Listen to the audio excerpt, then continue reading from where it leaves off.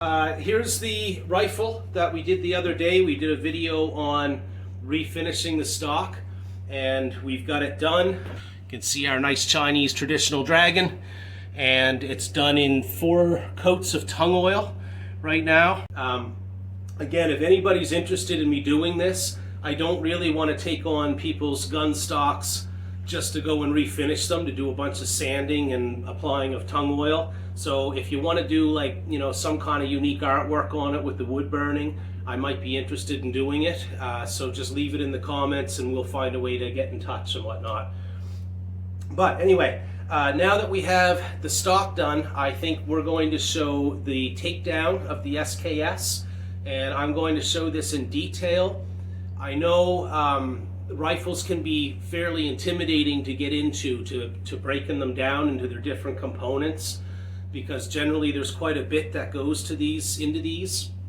But I'm going to try to break this down for the people watching today, to make this really simple stupid for people to follow along in how to take down their SKS.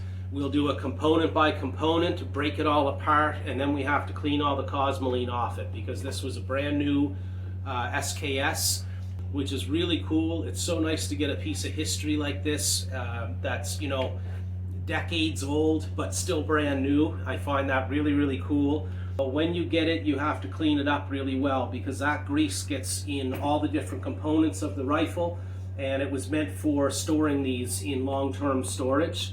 So we're going to break this down for you here now. I'm just going to stop and get some gloves on here for a moment, and then when we come back on, we'll do some close-ups and we'll start taking the rifle apart. So this, you can tell, sits inside this little divot right here, and that's all it takes to close it. Just push it down. You can just pull up on this with your finger usually, there, okay? You rotate this back some, and then you're going to push it out towards the camera. It came out from the receiver, and then the top cover comes off at that point. Next, the main spring. We then are going to remove the bolt and bolt carrier. So we're going to pull back on this here, and these are 2 parts. This is where your firing pin is housed. We're going to have to break this down even further. It requires a pin punch, and you're going to punch that pin out right here in front of my thumb, and then we're going to get in here and clean out the firing pin.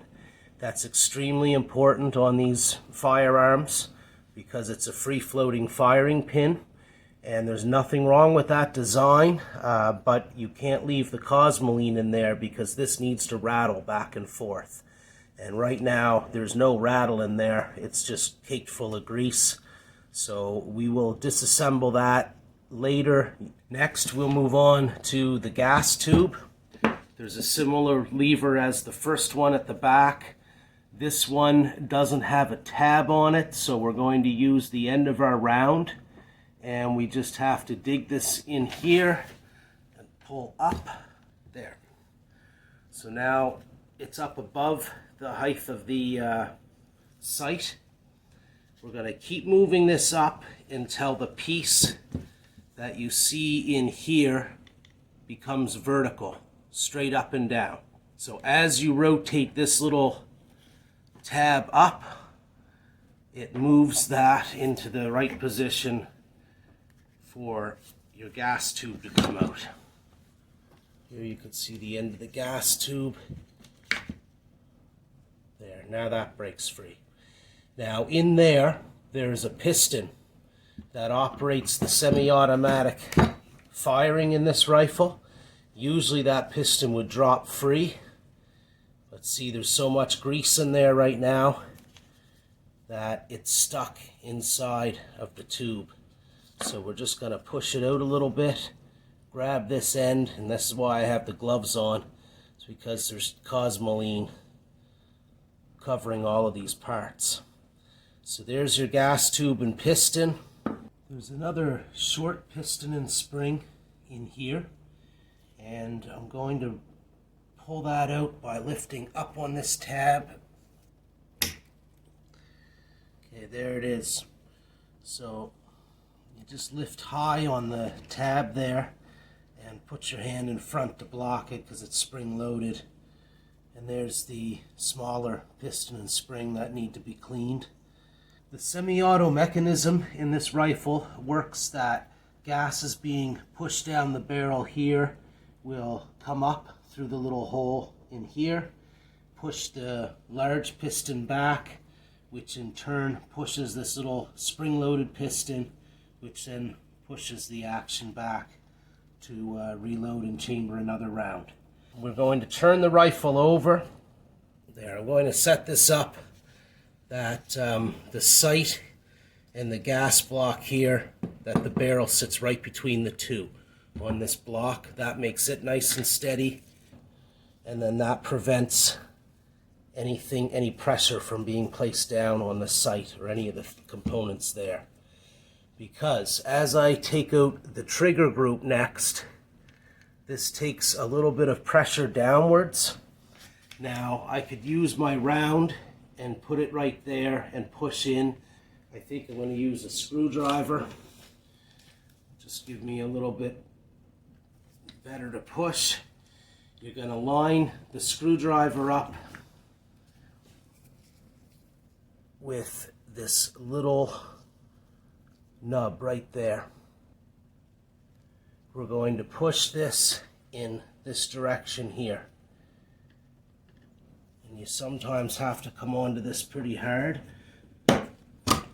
There. Now the trigger group lifts up and out of place. This actually, there's a mechanism there that blocks that from being pushed. So you have to make sure that you put your safety on this position here before you can push on that little nub to free the trigger group. Now, the magazine is held in here at the front, but in the back it's actually not held in by anything at this point, so this can slide right up and out of here. Now, my hands are so greasy that I think I'll use the screwdriver here and just apply a little bit of pressure down in here. There. And now there's the magazine out. I'm just going to show the bayonet out here. So, because you do have to open the bayonet in order to take the action out, or you should.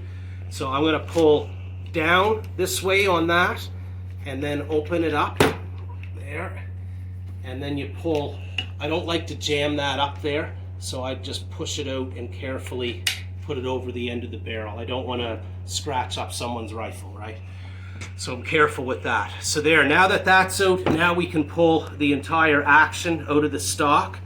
It's held a little bit on the front here with that band, so I have to kind of watch that.